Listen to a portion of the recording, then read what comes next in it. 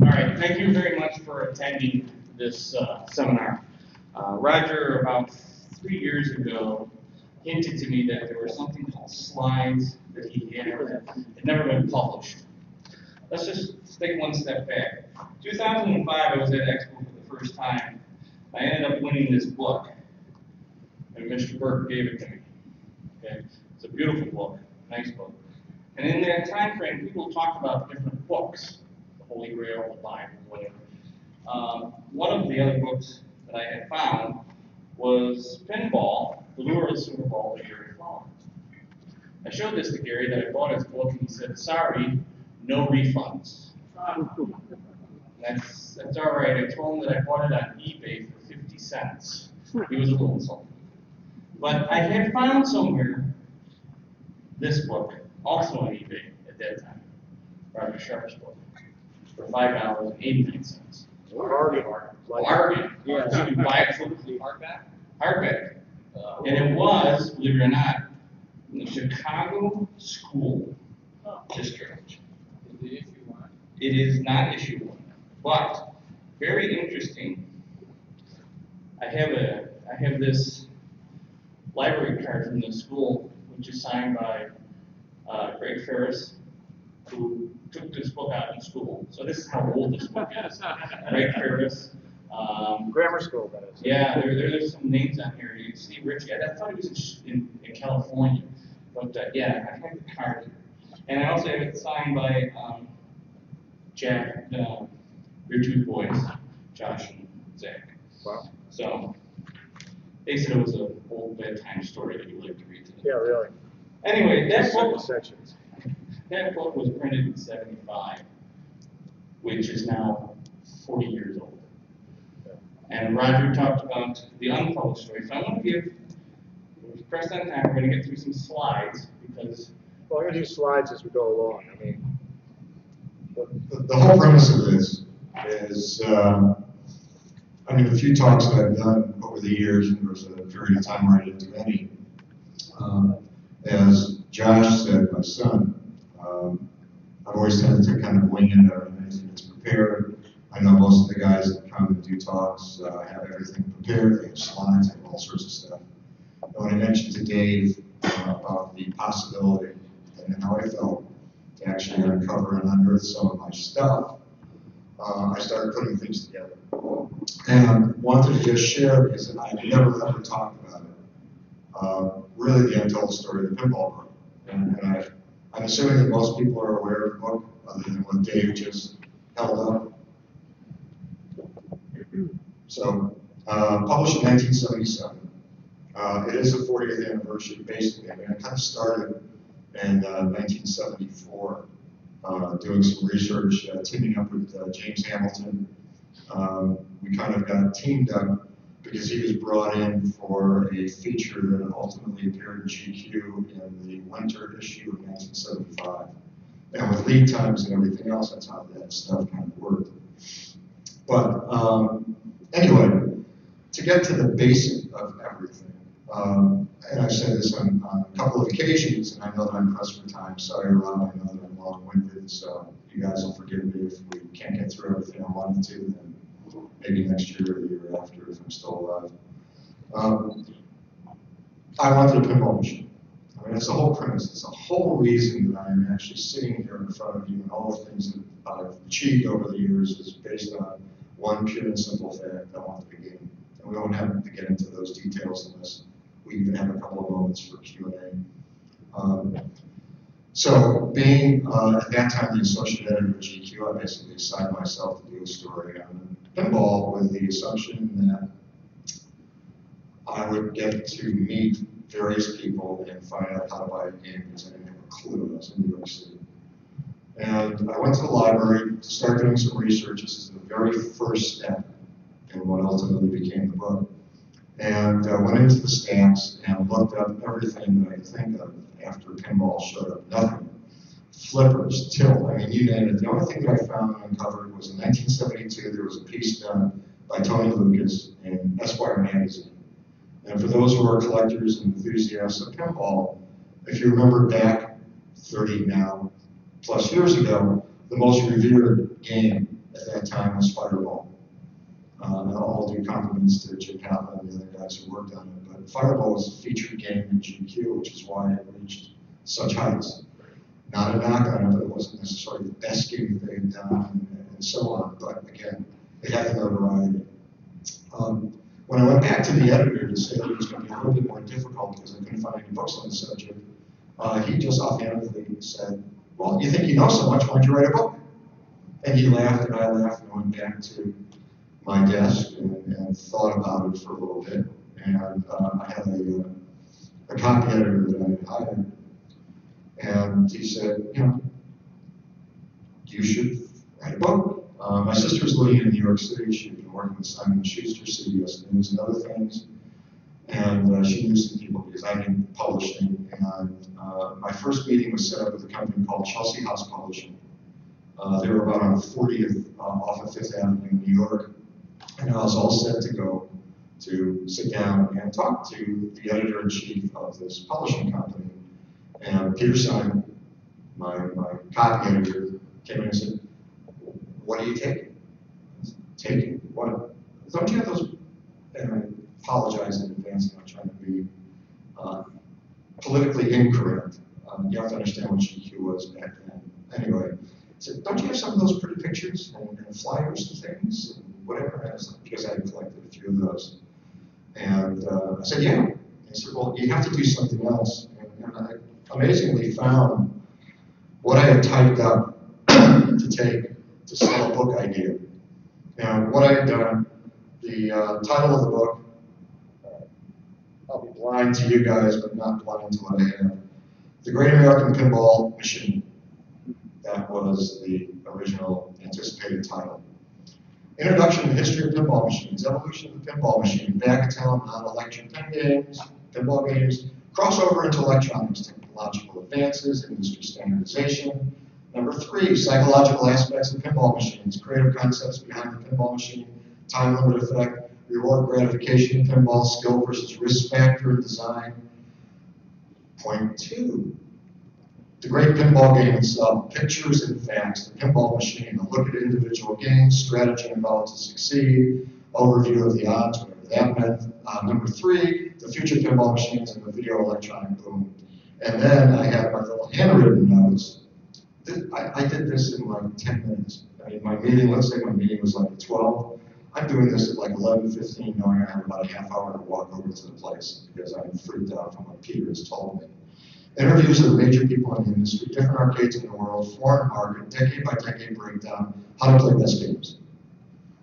That's what I sat down and talked to the editor about, and I wish I remembered his name, I don't. Showed some pinball flyers that I had picked up from one of the local distributors over on 8th Avenue and 42nd and 43rd Street in New York City. We sat and talked for about 45 minutes. And I walked out of there with a contract for a book.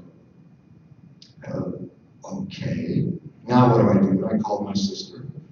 And my sister knew an attorney who took care of creative people, whether they were musicians, authors, artists, or whatever else. I set up a meeting like 2 days later, went in to meet with this person and said, "Here, I have a contract from Chelsea House Publishing to do a book on pinball history and whatever else."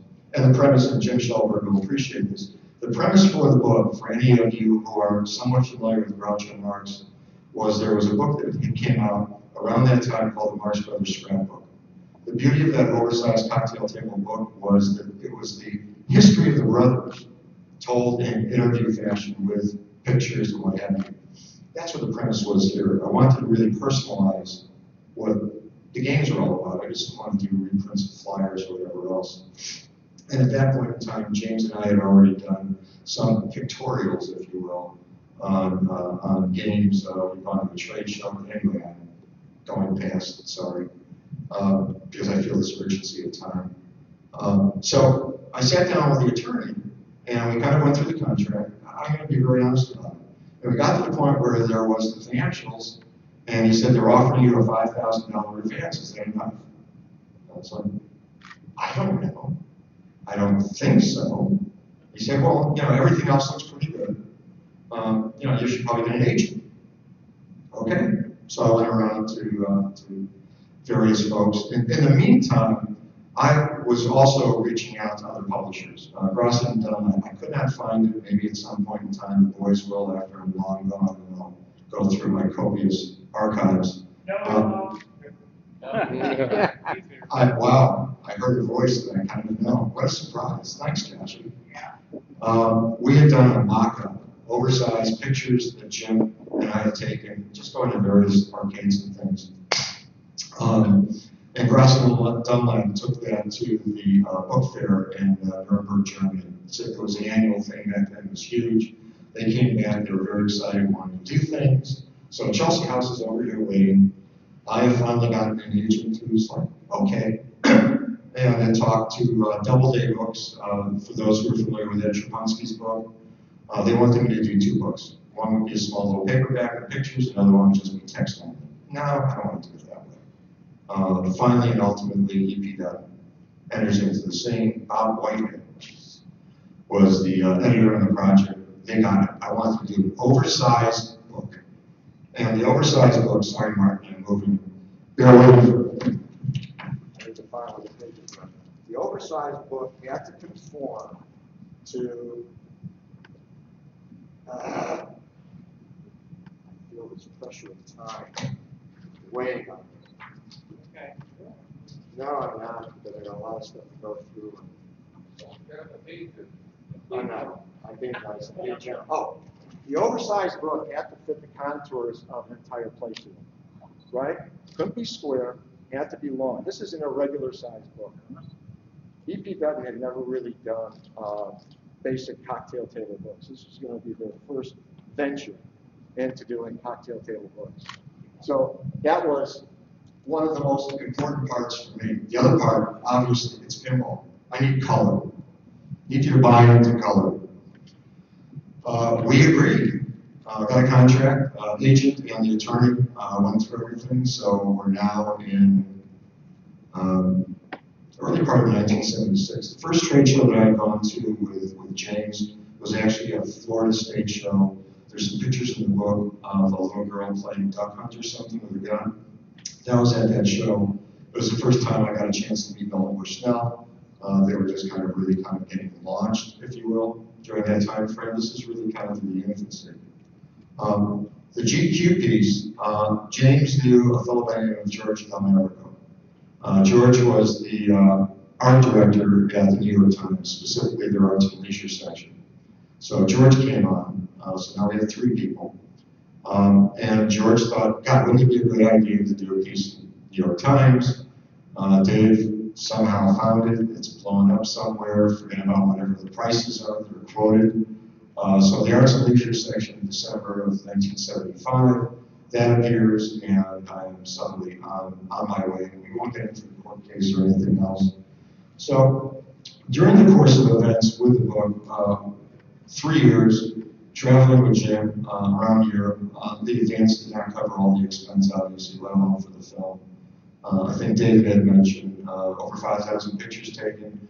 I brought you about 80 slides that have never been seen. Some that didn't make the final cut for the book for a variety of reasons, and some that I just thought would be kind of interesting to see. Oh, do you have a little clicky thing? All right, so I'm in Champaign, Illinois. Dear friend of mine was a professor down there. I knew they had pinball machines, and one of the first trips that we took was down to Champaign, stayed at my friend Mickey's place, and Mickey was working for the local TV station.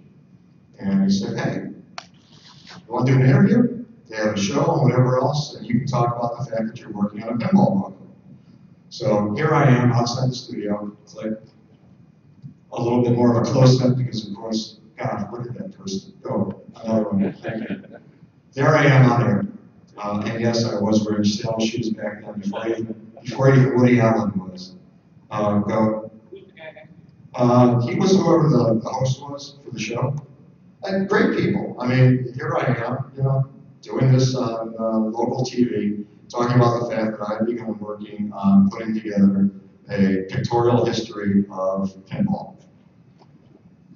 Here's another scene of us. Go ahead. I like his hair even more than mine. keep going. Of course, I'm animated. And just to show you the backdrop, I mean, we're talking, I think it was called The Morning Cup, was what the show was. So again, this is my first exposure to being on air film. All right, so before we get into this, what I need to have everybody understand is that this book that is finished and published, I don't like it. It's not the book that I wrote. The first manuscript that I turned in was about 380 pages. The manuscript for that I brought, I don't know if any of you have ever seen a galley proof. This is the book. And you go through this just to make sure the punctuation is right and whatever else. What I didn't pick up on the tail end, because at that time I was now managing editor of GQ. I was down in Puerto Rico for our editorial sales conference. I've always talked at length about the fact that my listing of games in the back was complete up to that point in time. Well, they edited it because it wasn't running on the page. It's kind of like doing a dictionary and you get to the A's and suddenly it's like Axel. We never, just take that out. We'll make it work somewhere else.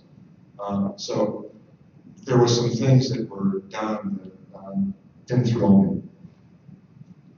The other part to the equation, people have never asked, but I'm going to talk about it right this second for a couple of moments.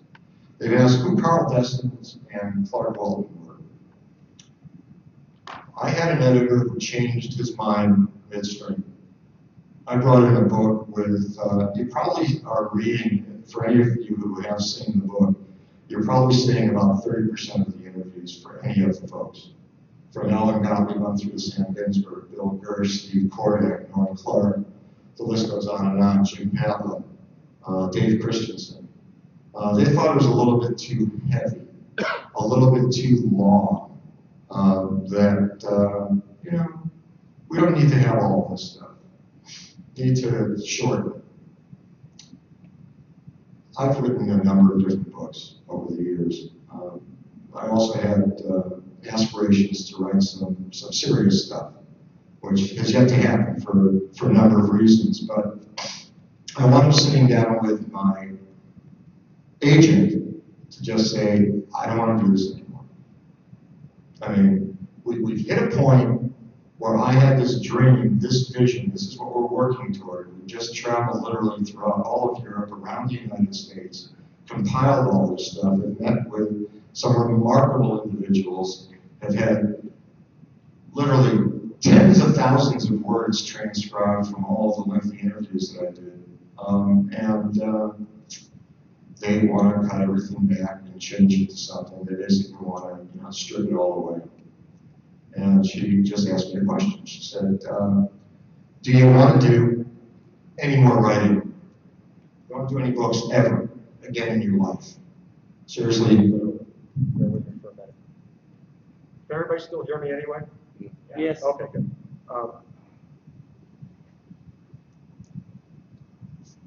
If you ever want to do any writing ever again, then you have to accept what they're going to do, because if you back out and walk away from this project, even if they're wrong and you're right, no other publisher will ever work with you. There'll be a stain on you forever. So you go back and you think through all of the work, all the promises. God, I do get emotional. Wow. I had an obligation to bring all these people to life. The hours that were spent, arms that were open to me, from Harry Williams on through, I mean, some incredible people. I didn't want to let them down. So I bit down hard and said, okay, we'll try to make the best of it. And in the process, they brought in Carl first to rework the manuscript.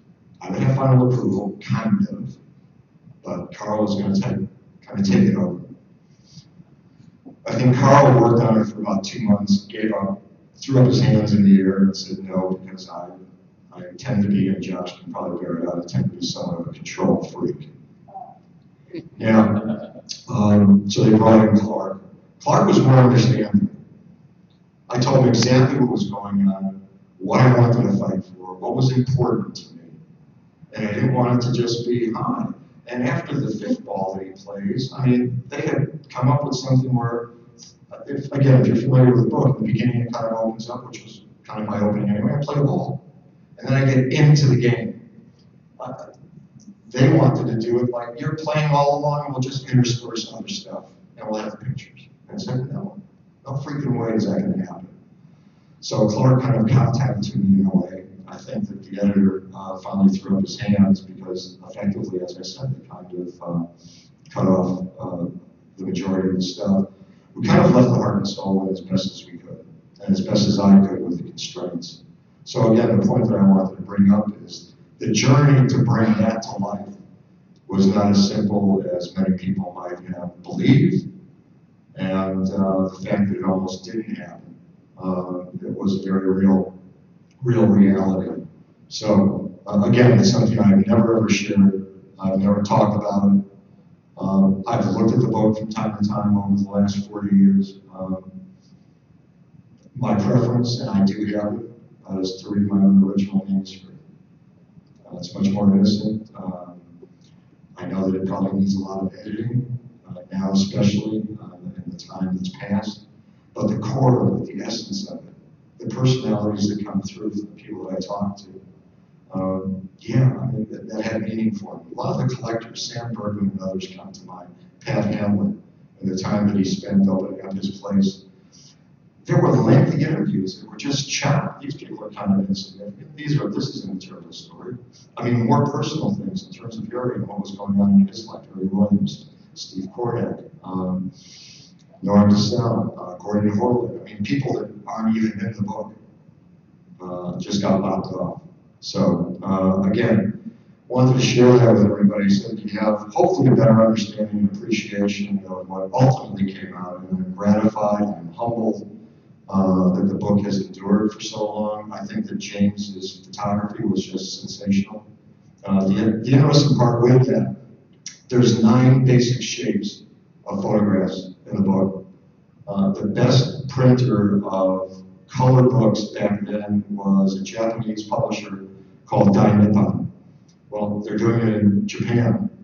There's a language barrier, so we came up with a system with George, James, and myself to kind of note what the things were, and in a world, you don't have to click yet, in a world of slides back then, because James did everything in slides through 35 millimeter, we set up a sheet in James's studio apartment, and we did the sizing just right, and we clicked through to see, all right, this is going to be number 9, this is a 7. So everything was put in different pouches so that they knew exactly where it was, and then when they were laying everything out, it worked that way.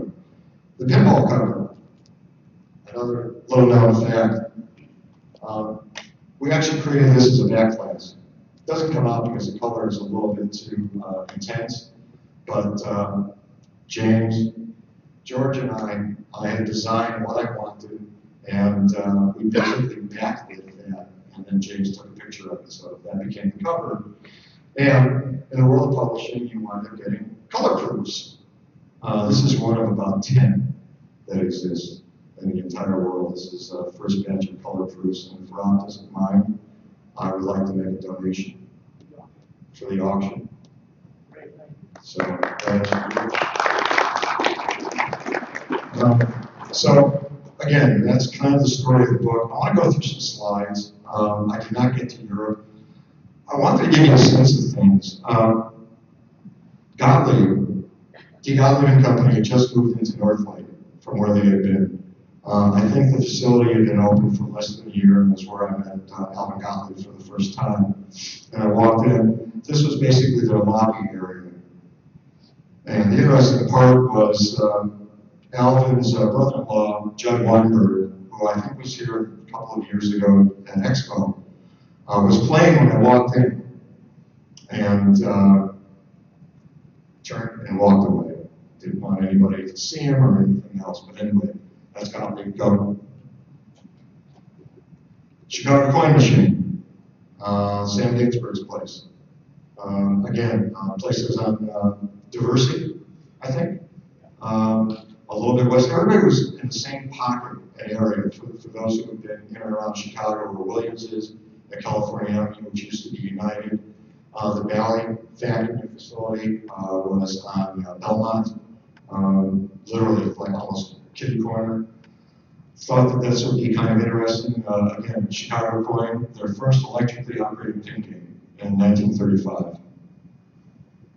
And the fellow on the left of that, if you want to go back one, I believe that might have actually been Wayne Nines who was looking at that on display somewhere, but anyway, okay. Valley Manufacturing, which I was just mentioning, that was the place. That's where everything was happening back during that period of time. Next.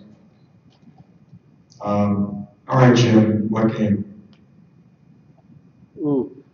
Thank you. So I was more interested in the Rolls Royce in the previous slide because that was a birthday gift for Bill O'Donnell. was that birthday before? Thank you. So back then, and again, in terms of my journey, I had the unique opportunity of having access to all the companies. Behind all the doors and everything else. This is a whitewood. I wound up playing it. I have a feeling, and maybe somebody knows what this game is. It looks like freedom to me.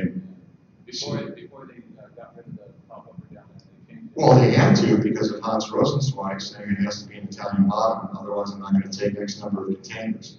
So again, and that's a whole other story, left better for another time. So just wanted to share with you, this is a whitewood. Here it is again with ball and clay. And that's what James doing the photography and me playing next. I think that picture is one of the outtakes from the Norm Clark picture in the book, and then there's another one. There's Norm looking out. Marvelous guy. Next. Steve Kordak at a leisurely moment. During the times when we were out visiting, taking pictures and whatever else, I thought people would like to see Steve yet again. Just a remarkable fellow. Grand Prix. The interesting part of this, you can't tell it here, I guess I was the only person from the outside world when they were looking at switching over to solid state. There were 3 different systems that Williams had developed, and Steve got me off the show floor. There was the MOA convention that used to be in the Hilton downtown in Chicago. And he said, come in the cab, come up with me, I want to show you something, and I want to get your feedback. So I gave my feedback as to what I liked and whatever else, and that result ultimately was that they switched over to solid state. There's a whole story about how all of that happened as well. But next. Oh, who's the young fellow in the vest? I wonder. Gary Gayton. Yeah, Gary Gayton is one, but who's the guy just to the right of him? And then there's a fellow with a burgundy sport coat on behind that may or may not look like Greg Kinnick. So here you go, another point in time. Just wanted to show some candidates. Go. Oh, All right, this is interesting, and there's a series of about 4 pictures. So around the time of my book, and I need to backtrack for 1 second. How many of you are familiar with the name Steve Kirk?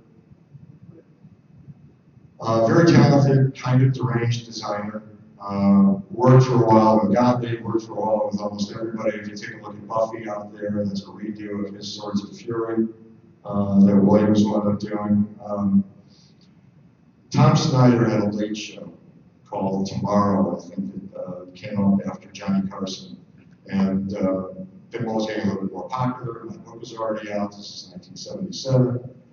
They couldn't reach me, but they reached Steve. And the net result was Steve Kirk being on air with Tom Snyder, so go for it. And there's Steve Kirk kind of explaining and talking, so you see Spirit of 76 in the background. Go. And the better pictures actually appeared in Playmaker years ago, showing the game. So it's a nice segment. All right. I need to do something just to kind of pay homage to the first game I ever designed. This did not make it necessarily into the book. I think we did the backlash, but we didn't do anything else, and it was unreally fun. And again, it was before I ever had a chance to do sharpshooter. But I wanted to show everybody Skyjump. This was actually the real game down in Greenwich Village, and a record/head shop where he walked in and yet behind the rows of stuff, he we had 3 pinball machines that were, of course, being operated illegally at that time. I discovered the place, and Sky Jump became a game that I loved. Go. So, playfield kind of looks a little bit familiar with the lanes over there and whatever else. I know that there's no jet bumpers on the bottom, but just the whole idea of being at targets like that was incredibly appealing to me. Next. So, if we would have known about Stickum, and there's 2 shots here, if we would have known that you could do something, that would have made life a lot easier because I could have stuck the ball. Anything that you see in the book that we kept, and there's a whole volume of other pictures, Jim would be standing up. I have a ball cradle, and then it would be like, all right, are you ready? All right, I'm going to go hit the 5 target or the 6 or whatever else. See if you can capture it while it's moving. That's how we did it back then. Go. So, there it is again. Next. There it is to finish off the paint. So again, for whatever it's worth, and of course I bounced over. Go. I don't want Josh to think I had real skills. Humpty Dumpty. Interestingly, when we got to France, the Williams distributor had just an incredible showroom. And there was a 2nd floor of corporate offices. The 3rd floor was like this attic. And up in the attic was rows upon rows of shelves.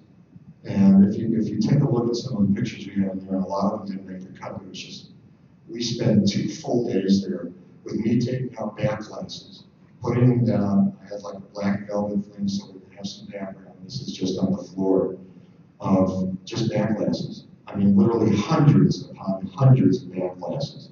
Some of them corresponding to playfields and cabinets that they had. Many of them were just there. It was almost like archiving. So, Humpty Dumpty, obvious reasons, Sit and Pray, Hawaiian Beauty, and a lot of these I brought because I know that a lot of people always have interest in looking at what the games were like, and I try to pick things from different eras. Again, we did a heck of a lot of photography of a number of different games. So, now, next was the idea of, and if you remember what I said about the outline, am I doing okay? Did my watch stop 5 after? Okay. All right, sorry, 25 minutes, good. Thank you. One of the things that I had in my outline was I wanted to show places, the diversity of places. Again, if you look at the book, you'll see things, the laundromats, liquor stores, I mean, just absurd, strange places. One of the other things was, and I know guys on the West Coast in terms of New Pike and whatever else over by Long Beach remember these places that they grew up visiting. And maybe many of you have the same remembrances of places that are no longer around. So I just wanted to bring a few little signs of things to show you that we had a broad array of things. So Wizard's World Arcade, this was down in Ocean City, Maryland. The game room, this is actually in California. Timeout, beats me, probably Ohio or someplace. But that was a chain. Timeout was there along with Land's Castles. Those are really the first 2 mall game room chains that exist back in the mid to late 70s. Kalamazoo? Timeout? Yeah. And Land's Castles was ultimately owned by Ballard. Again, something that didn't make the cut, but just as I was talking about before, if we could find milk for $1.69 a gallon, wouldn't that be great, let alone a 12-ounce loaf of bread. But I mean, you have to understand, the world that we have now with pinball is just so remarkably different. I mean, we have collectors, enthusiasts, people have games in their homes, and you're hard-pressed to find places that are out in the real world. You just are. The array and diversity of what existed back then was just incredible, and all we did was we captured basically a time capsule. So these kinds of things are just the oddities. No one would ever believe that somebody would have a pinball machine in a little superette. And the other thing that I always wanted to do, and I think it's probably why the book has endured, not for the words necessarily, but so much, again, for James and what he took. It It was the people. I wanted to show as much of an array of people who played pinball.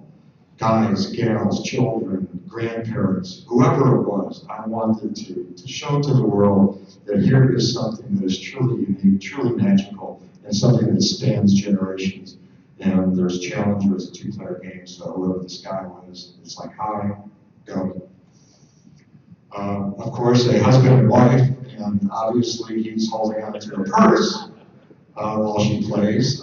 Again, we only had so much space and room in the book, but there's many, many other pictures like this that are just like, oh my God, that looks like really interesting. And I like a lot of these, but again, we had to be very deliberate.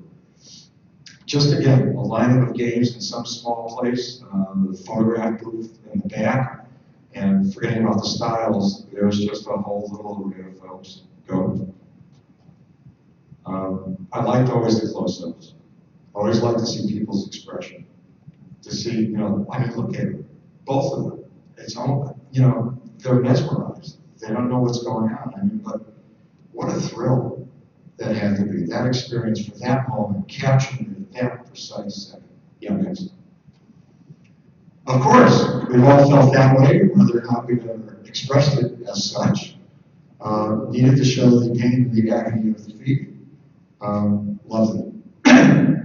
Again, excuse me, same thing, showing the socialization of pinball and the fact that so many people can play. That does look like a high deal, but we don't have to get into the minutiae. Next. Yes, I mean, that to me is the essence of what it's all about. It's what David and I talked about earlier, and what Steve Epstein would have talked about if you were here. It's exposing young children to playing pinball. That young child right now is close to middle age, which is frightening, making me feel that much older. Next, quick. This is just one, and I know that she's in the book. She was just, she was something else. But just to show an array and a lineup of games and people all intently playing. I mean, this is something that we don't find that often anymore, unless you have friends over to your house. I love this. All right. True story, just as an aside. This is at Champaign, Illinois. It's on State. Josh? Green Street, thank you. There was an arcade that was probably a few blocks away from where the campus was. And during that same visit, when I was doing the interview, we stopped by this arcade. And I never liked Jack in the Box or Jumping Jack. I mean, the bottom was too open and whatever else. They had turned this into a machine that was pristine. And when we told them what we were doing, we introduced ourselves. Wait, I gotta call a friend of mine. He's gonna come over. I think he was actually the tech. Like 10 minutes later, this guy comes in wearing this shirt, and it's like, okay, he was a freak for that game. When I had a chance, a number of years later, to get a fireball, which at that time was going for about $1,500. They just gotten some back from Germany. I know this doesn't sound like a lot of money, but go back 40 years, $1,500 for a game was significant. Everything else was a couple hundred for a used game. I asked if they had a Jack in the Box because I was enthralled. When I played that game with that fellow, it was like, I get it, I understand it. I have one now. I know that Josh has one. It's become a very nice prized possession. Next. And to show you that other people were doing things, Super Shooter. For those who were around back then, the Valley Tournament in 1978 at the Playboy Towers in downtown Chicago. 1 million players competing at Aladdin's castles around the country. The top 20 from the various little regions of the country were flown to Chicago to play in the finals. They were broadcast on all the national stations. It was incredible. 11 to 32 was the age range with one woman. The games there were 8-ball, and there was blackjack, and a fellow by the name of Paul Ferris, who some of you may or may not know, came in at the very tail end of everything, where he still went back glass for Playboy, because part of the premise was to unveil the new Playboy machine at that time, and not the subsequent ones that have been done, but the original. Bill Murray, Gilda Radner, Walter Payton, a whole slew of other celebrities were there as well. It was truly a remarkable event. It is the first time in my life I ever signed an autograph. I'm standing next to Walter Payton. I helped do the play-by-play. There was a local DJ here who kind of raised his level of, I guess, popularity and success. Gary Meyer, who was also, in quotes, one of the hosts for us to talk. And somebody came up to me to ask me for my autograph.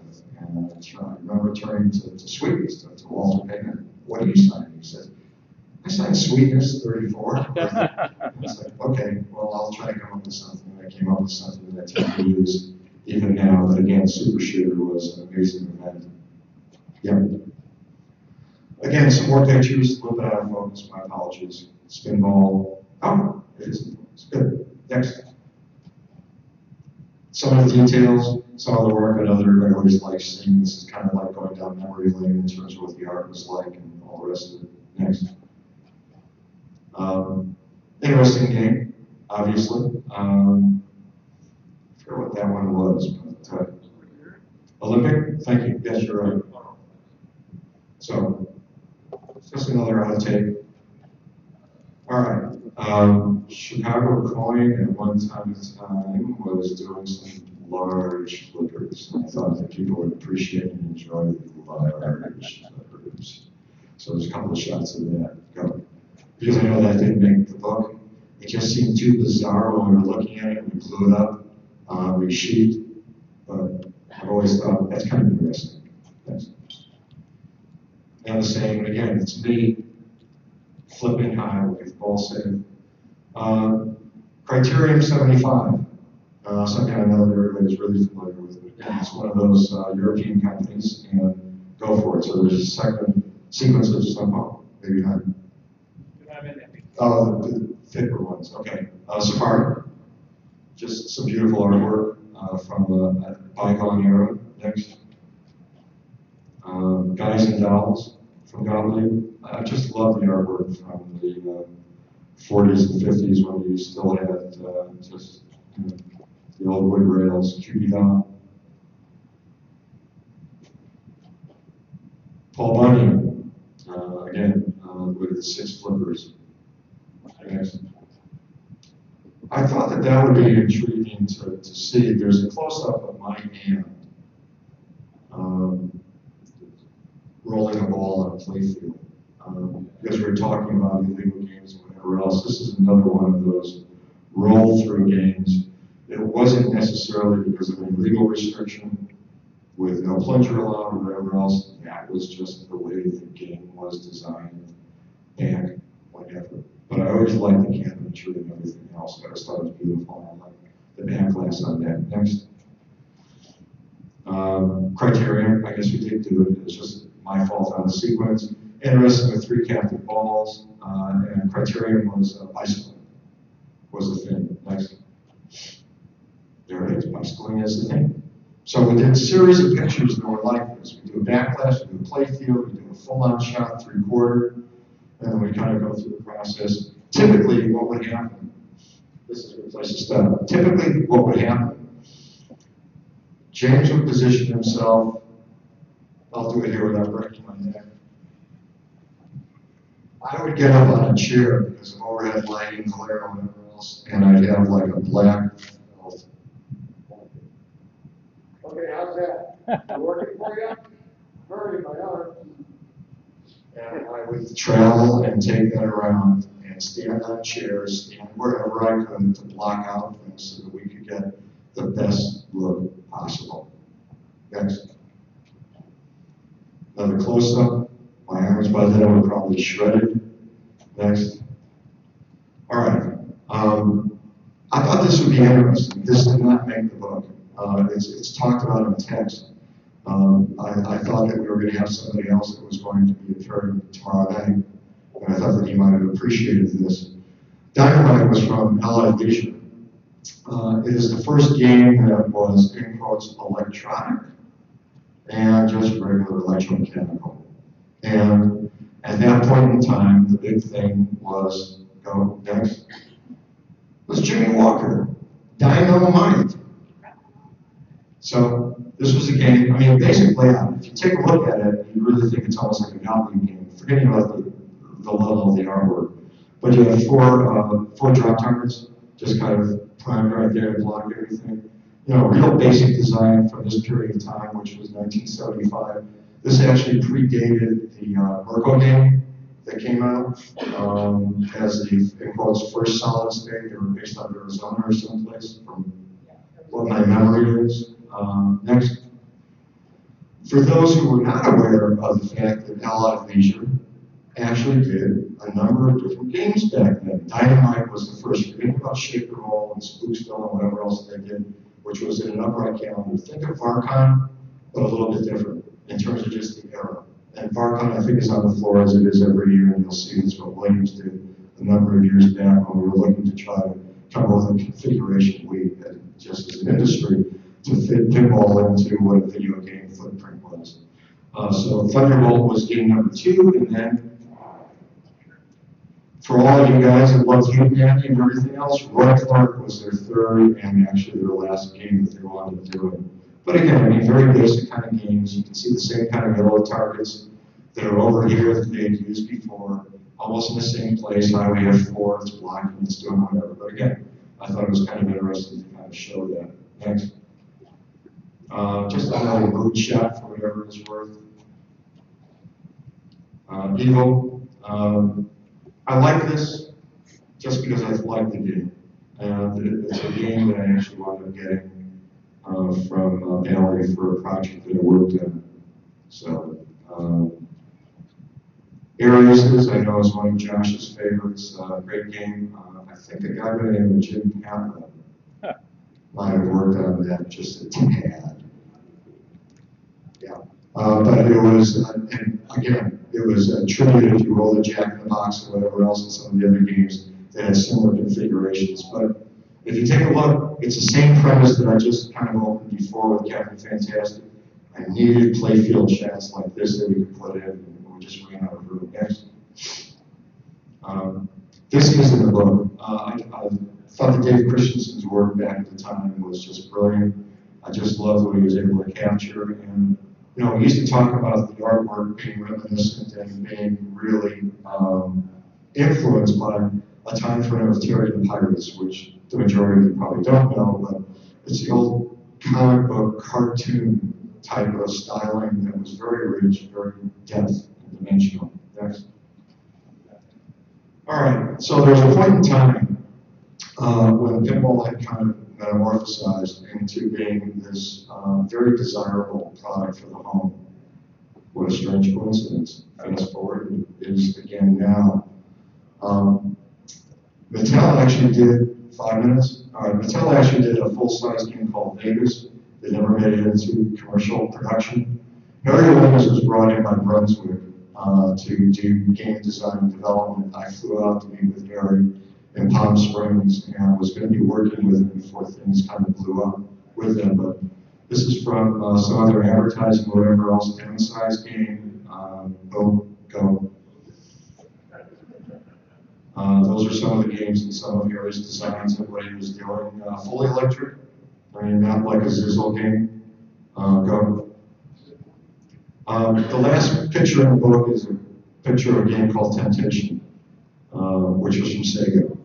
This was the other game that was also in their private suite that we had access to. And I always liked this one too, although Temptation really kind of captured everything. And then the last slide, how else can I help? End it that way. Thanks everybody. I know that in about 2 seconds. Any questions or anything else? I didn't cover half the stuff I wanted to. It's okay. Anything? We're good. Al? Game plan. Yes. Content pinball machines that Game Plan did, yes. I mean, that's how things kind of started with me and Game Plan, and I guess at some other point in time we can talk about it. Everybody kind of enjoyed this. Was this okay? Yeah.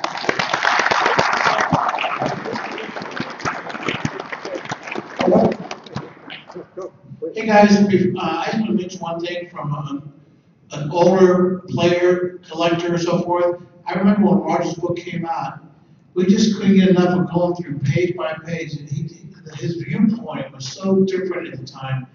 And we were hungry for a book. There was Colmer. Was Colmer before you? Michael Colmer. Was before you? Michael Colmer basically did a book that was, Michael Colmer's book and Harry McGowan.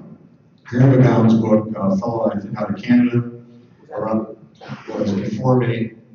It wasn't before me in terms of when I started. I said at the very beginning that I was meeting with all the publishers. Nobody said no to what I wanted to do. The only differential was how I wanted to do it. I wanted photography. I wanted to travel everywhere and catch people. I wanted interviews. Harry's book is great. It's a lot of pictures and very minimal editorial. Michael Colmer's book is basically a reprint of flyers. So both of those books came out before mine, but mine came out soon after. So there was we were so hungry for materials. That's why when this came out, it was a godsend. And I remember there was a little pamphlet, or whatever you call it, a little booklet that came out from the Regina Public Library. And I don't know, it was about 10 pages. It was a gallery they had of some of the, it was a photograph of some of the games in the gallery. So that was something. We couldn't get anything anywhere. So just to have Roger stuff was so refreshing, and we would go through their page too, so often. We just couldn't get enough of it. It was just so great. This guy is so great because he started with this, and he's so doggone humble, which makes it even better. And then he designs games. He comes to Expo. He's what we call the full package. And what's bad about that is he's every woman's dream, every man's nightmare. And he's been so great for Expo. And I think if you have a few more questions until Gary shows up, let's just keep the questions going. yeah, does anybody have? Anybody have anything that they want to ask or curious about? Yeah. You say there was a lot of material that didn't make it. Yeah. And I'm not sure how your contract was. Do you still have that material in this day and age of micro-publishing? Have you thought about putting it out? Because there's a hungry market here for it. Right. The question was, if you guys didn't hear it, whether or not I still have all the material that didn't exist, the original manuscript, pictures, whatever else. Do I have the rights? Do I control everything? The answer is yes, yes, and yes. Has there been discussions over the years for me to do reprint? Yes. Has there been discussion years back? Ron was even part of it, so was Mr. Shelburne. We'll do whatever we can. Do a second book.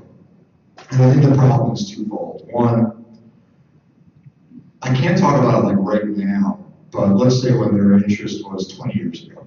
All right, so there's only a 20-year lag, let's say, for the publishing of the first book. The problem was not only because my boys were younger and you have other responsibilities and whatever else, but the only way I would do it is the same way. And people said, no, just reprint the flyers in the back. Just add an addendum, just do whatever. It's just like, I can't compromise it. So I still have all the stuff. I think Josh and Zach, and I know that Gary just got here, so I'll try to wrap it up. I know that they've talked about doing some things maybe when I'm gone without my permission, so depending on how long I last, you guys can find something. I know that Josh has even had some discussions and have talked about, I have all of the cassettes, I have all the interviews. And as he has said, God, wouldn't it be great to actually hear Harry Williams' voice? Yes. Nobody's ever heard of it. Awesome. Wouldn't it be great to hear Sam Ginsberg, Bill Gersh, Bill DeSalle? Yes.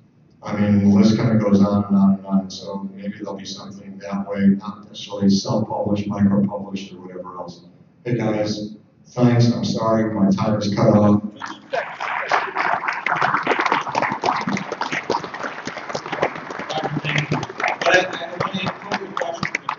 What would you guys think if we were able to maybe, like the Pinball 2000 video that was released a few years back? We know that was a very nicely well done video. Maybe we can talk to that publisher of that video. Maybe we'll do a whole book about pinball, show all the old slides, have the narration, have Harry Williams' voice and everything else with it. I think that would be great. I want to hold the audience if you get buy a DVD of pinball, the book. Yep.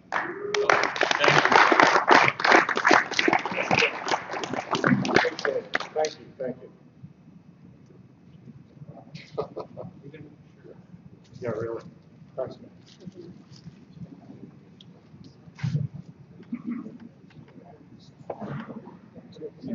And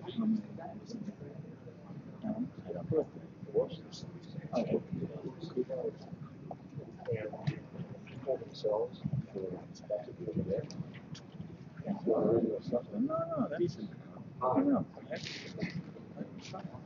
Absolutely.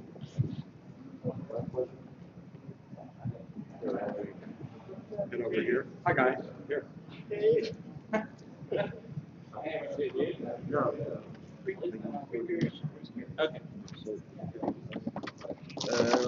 Mike's just working with you.